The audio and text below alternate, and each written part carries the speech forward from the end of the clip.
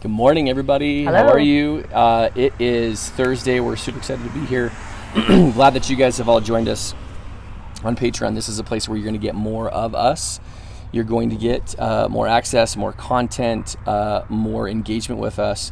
And we want you guys to ask questions. We have a Q&A every single month, and we want to be asking or answering your specific questions. So make sure that you send us those. Yep, we will have one scheduled for the month of June, and so you're welcome to message us with any questions that you have, and yeah, just fire those away, and we'll answer those in the Q&A. Yes, today's topic for the week is boundaries, and like we said before, we can talk about that for probably a year, and it's still not enough for us. Super complex, lots to it.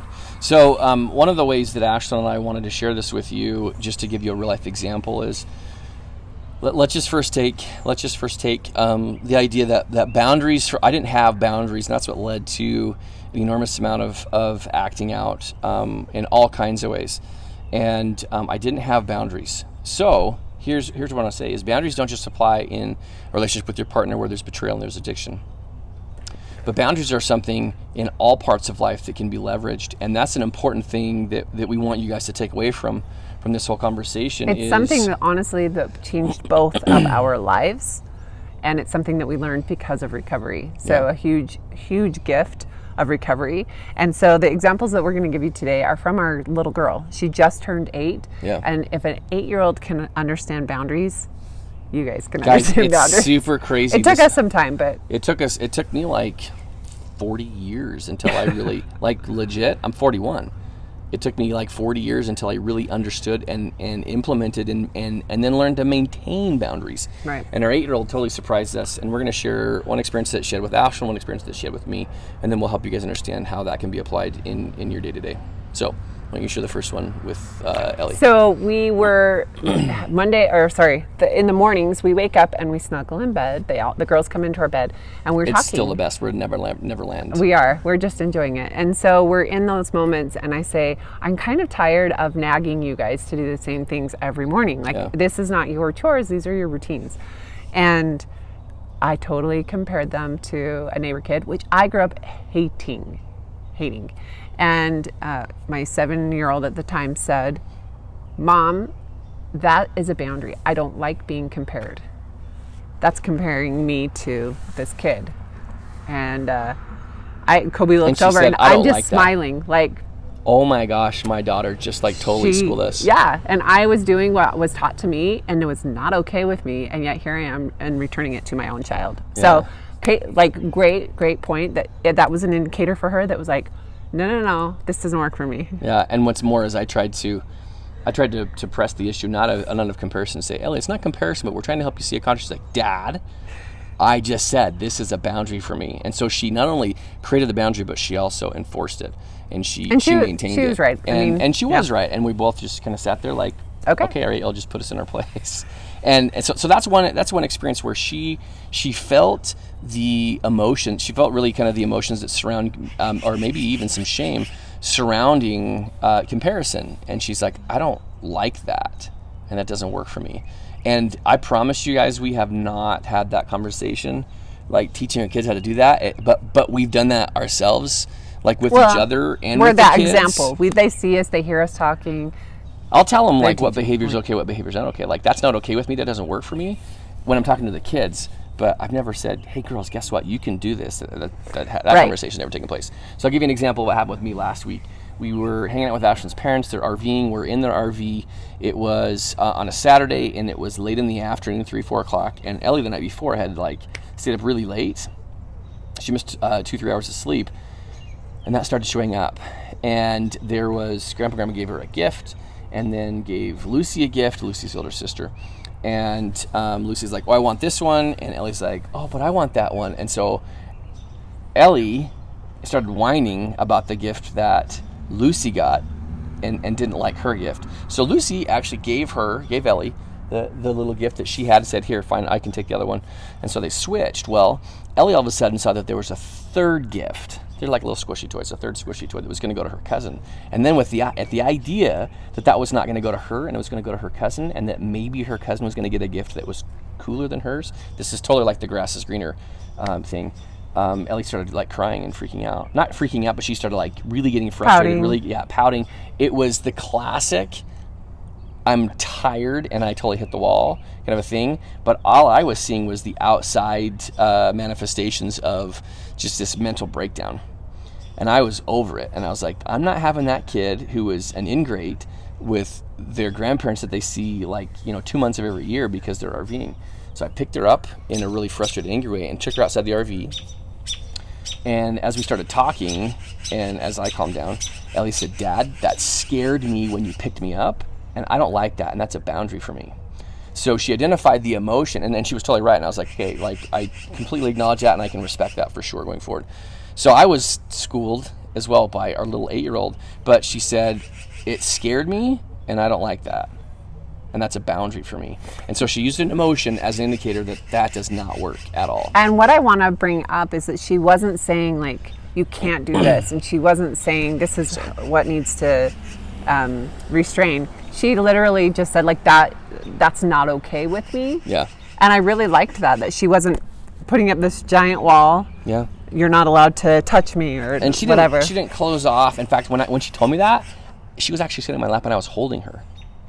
And she still told me that. So she was still willing to engage, but she was, as Brene Brown talks about, she said that boundaries demand, what did she say? Boundaries demand compassion and empathy.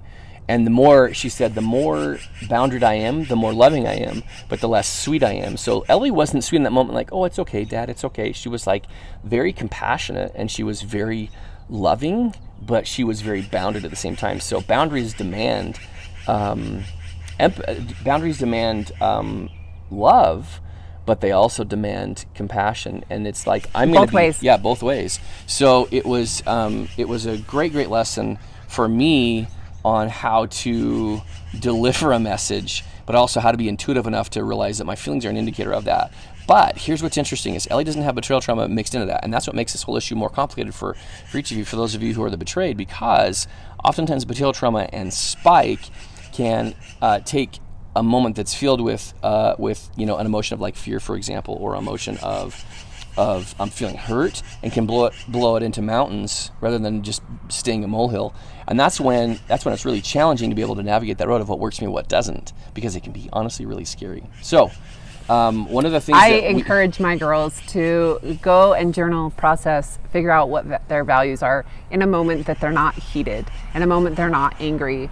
And that's when you're really going to figure out what's in here and not what's like up in your head, because those are two different things. Those are two different things. Okay. So how do you guys apply this now with where you are? As we talked about earlier in, actually we're going to post today the additional, the podcast, what do we call it? The podcast audio how file. To hold the boundaries. Exactly, how to hold the boundaries. With how to identify and hold your boundaries. One of the things we want you guys to remember on this is that we all know what's okay with us and what works for us. If someone cuts us off in traffic, we know that doesn't work for us because that can be really scary and it can be hazardous to our well-being. And if we look at it in the form of interacting with our partner, then it can be kind of the same thing. If the partner is acting, if I'm acting distant and if I'm acting withdrawn with Ashlyn, and I have the conversation like what's going on, and she just shuts down, or vice versa. That was typically how it was with us, is I would just act very distant and I would shut down and I would withdraw. A value for Ashlyn might be, look, I really value being connected to you and I value understanding where you are emotionally. And if I don't have anything to go off of, then Spike's going to make worst case scenario become my reality. So it doesn't work for me that you withdraw and withhold. What I'm seeking from you is to understand where you are emotionally. Right. I'm so surprised you're saying that, because I was the one who's been like withdraw and distant. Well, I guess we both have, but I did it for days at a time. And that was a boundary that was set of like, this isn't okay, and we have to be able to make progress. And one of the girls I mentored yesterday was saying, we still have a lot of struggles. They still fight. They still have these heated moments where recovery shows up and it doesn't show up. Mm-hmm. And she said the difference is now it's, instead of days of fighting, days of ignoring and avoiding, it's an hour. Yeah. And that's a huge difference, and those are wins, but sometimes we don't count them because we're like, why are we still fighting over the same stuff or whatever? But it's like, but look, you've gained the skill set and you're winning, and it's probably because you become boundary. Yeah. It's not a matter of these skills reducing the number of arguments, although that will probably, in my opinion, reduce over time. They'll become fewer in number. But it's really about being able to be met with conflict and then having the skill set to leverage in order to sufficiently move through those. And that's really what boundaries are all about. And identifying what you value most, what principles you want to live your life against, and say, I value in a huge way the principle of honesty. And so honesty really is so important for me. And when I don't have that, when I don't feel that from you, then I'm going to need to take a minute, like Brandon talked about in the podcast. I'm going to need a minute to recoup, to get my bearings, and that's going to mean that I'm going to need some space, or I'm going to need some self-care, et cetera, et cetera. So boundaries are just super, super key. But they're also complicated. So post your questions in the comments below if you've got them, and we will make sure that we get them answered. Thank you guys for being here, and take care.